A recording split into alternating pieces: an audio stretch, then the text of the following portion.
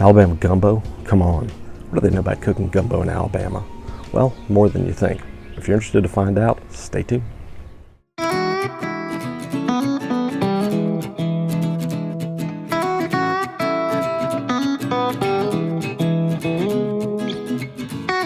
Most of the world thinks of gumbo, they think of Louisiana, as rightly they should, but the whole Gulf Coast has a strong gumbo tradition, and no place is better represented than in Mobile, Alabama. So if you want to hear more about the history of gumbo in Mobile, stay tuned to the end. But for right now, we're going to cover this old Mobile gumbo recipe. And this gumbo recipe dates back from 1878, and it comes from the Gulf Cities Cookbook, a book that predates most Louisiana cookbooks, in fact, by a couple of years, put together by the ladies of the St. Francis Street Methodist Episcopal Church South here in Mobile. It was one of the early, I don't know if you want to call it a community cookbook or a church cookbook, but it predates a lot of them that you even see in Louisiana. And it has, I believe, 7 gumbo recipes.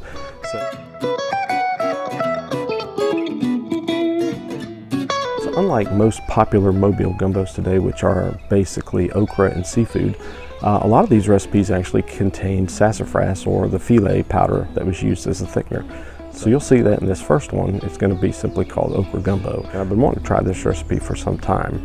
This one's going to simply feature okra and chicken. And what's interesting is that a lot of the recipes in this cookbook actually contain more filet-based gumbos than okra. So the whole okra filet war amongst gumbos wasn't quite as big of an issue, or it didn't appear to be, at least from a cookbook standpoint. So we'll check it out.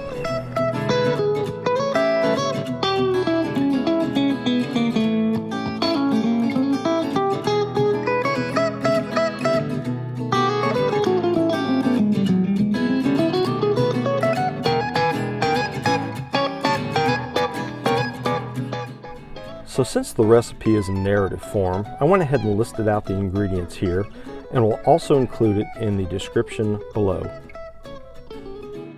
So you can see the ingredients are pretty simple. A whole chicken, okra, tomatoes, and onions, which have all been finely chopped, some flour to brown the chicken with, as well as salt and pepper to season. They also note that the chicken, okra, and onion should be fried in the vessel in which the soup is made, and in porcelain or tin-lined vessel, as iron discolors the okra. So basically, don't use cast iron. So step 1 is to cut up the chicken, sprinkle with flour, and fry till brown. You can see I took a little liberty here and went ahead and seasoned with salt and pepper.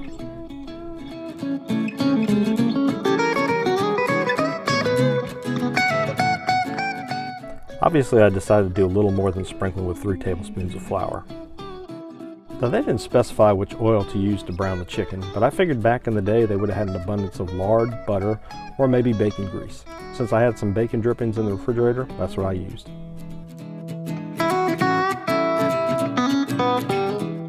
Step 2 is then add 1 onion, 1 quart of okra, both chopped fine, and fry with the chicken.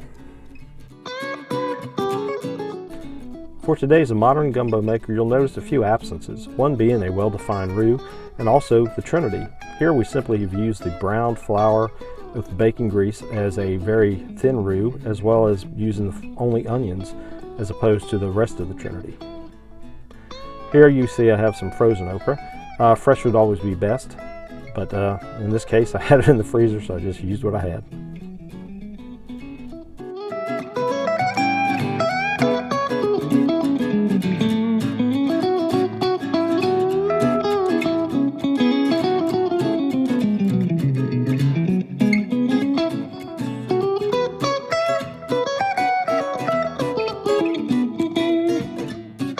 Step 3, pour on 3 quarts of boiling water, 1 pint of prepared tomatoes, and pepper and salt to taste.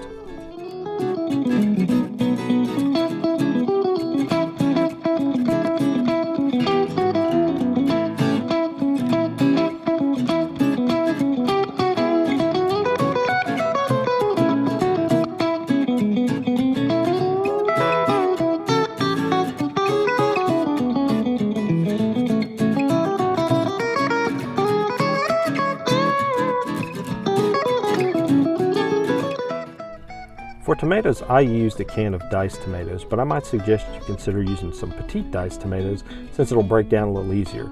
The acids in the tomatoes actually help kind of cut some of the sliminess in the okra.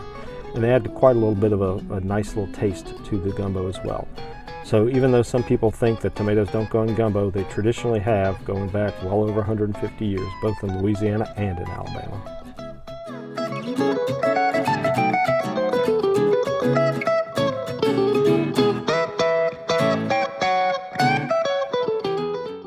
Step 4 is boil 3 hours and serve with rice. Now 3 hours may sound like a long time to cook a gumbo, but remember, back in the old days, chickens were probably raised mostly for their eggs and would only be eaten after they were past their prime. So oftentimes that meant their meat was probably a little tougher and needed to be cooked a little longer. Today's modern chickens probably don't need the full 3 hours to get the meat tender, but yet it does help break the meat down into these nice bite-sized pieces. Also be warned, if you put the whole chicken in, you'll need to remove the skin and the bones out of the gumbo before you serve to your family. Otherwise, they'll be picking those little chicken ribs out of it, and they may not like that.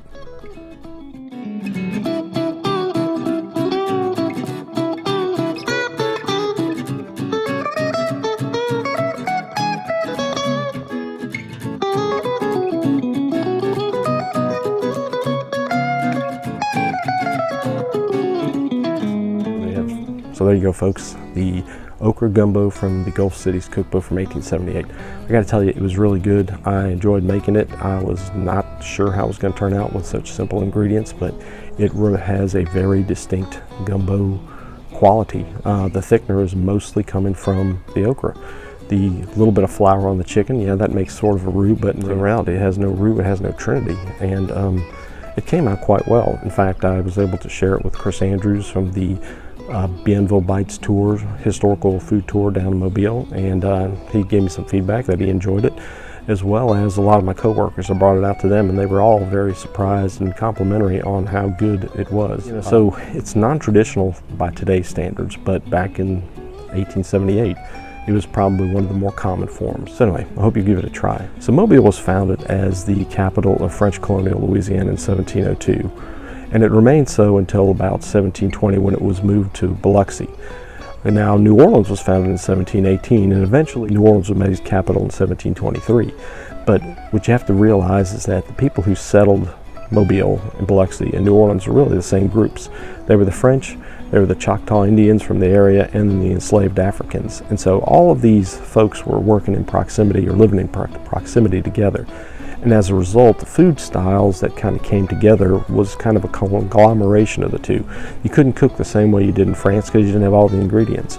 Okra was brought to us by the enslaved from Africa, and even though the slave trade didn't appear to come to the Gulf Coast or New Orleans until 1719, the reality is that there would have been a lot of trading between the West Indies, the ports of Mobile and New Orleans. So you would have had somewhat of an okra influence even back then. And of course, the Choctaws being here from the beginning, they gave us the thickener known as filet. So you would have had filet as a thickener. The French probably would have brought in some sort of the roux as part of their cooking style. And then of course, okra was brought by the enslaved Africans. And the Bantu word for okra is kingombo. And so oftentimes folks will reference this as the origin for gumbo. So as you can see that the Mobile area and Biloxi and New Orleans and South Louisiana all share a good rich gumbo history because we all started from the same parents, so to speak. So don't be surprised if you find a good gumbo. Now if you get too far north about the Gulf Coast, I can't guarantee what you're going to find, but at least along here I got to tell you that you can get a pretty good seafood gumbo. Mobile is more of a Creole town, and just like New Orleans, you're going to find today much more seafood-based gumbos. So you get a good representation through a lot of the restaurants in the area. But of course, the best place you're going to find it is from home cooks in the area. So that's where you need to go. And if you want to find out more about gumbos in general, come join us at the Royal Order of Gumbo. We're on Facebook. We are a group that likes to hold up gumbo in all of its forms. You know, we don't just say it's got to have okra, it's got to have filet, can't have tomatoes. There's so much misinformation out there today, and so if you join, we'll have some lively, friendly discussions where everybody has a chance to kind of share and learn. We have folks all over the world. We have folks in California, we have folks up in New York, we have folks in Georgia, Tennessee, and Colombia, in fact. So we're international. So come check us out, and if you're in Mobile on Joe Cane Day, We also parade. We're a marching group that parades on Joe Cane Day as part of the Sunday festivities before Fat Tuesday. So we're a pretty interesting group, and we're always here to uphold all the truths and values of good gumbo. So check us out. So if you have any questions, feel free to drop them in the comment section below, or you can send them to me at rpcajun2r@gmail.com. Also check us out once again on Facebook underneath the Royal Order of Gumbo, where you can leave questions for myself or Jeremiah Pepper Woosley or any of the members of the group about gumbo, and not just Mobile, but maybe Biloxi and of course Louisiana. So this is what I hope to be the first of a couple of episodes focusing on old Mobile gumbos. The intent here is that there's a lot of old recipes out there, and I'm just kind of curious how they taste. And so I want to explore them and share that result with you. So if you're interested to find out, check us out and stay tuned. I can't guarantee it's going to be every week, but it'll probably be a couple times a month. So anyway, thank you for tuning in if you stay this long. If you're interested, please subscribe to the David J. Hubbell channel if you want to find out more future episodes of Old Mobile Gumbo or any other things I cook. Of course, I'm also big into Melitona, and you can also find me with my cousin Jeremy Hubbell on the Rainy Cajun podcast, which put out several episodes every month. So thanks for tuning in, and I'll see you next episode.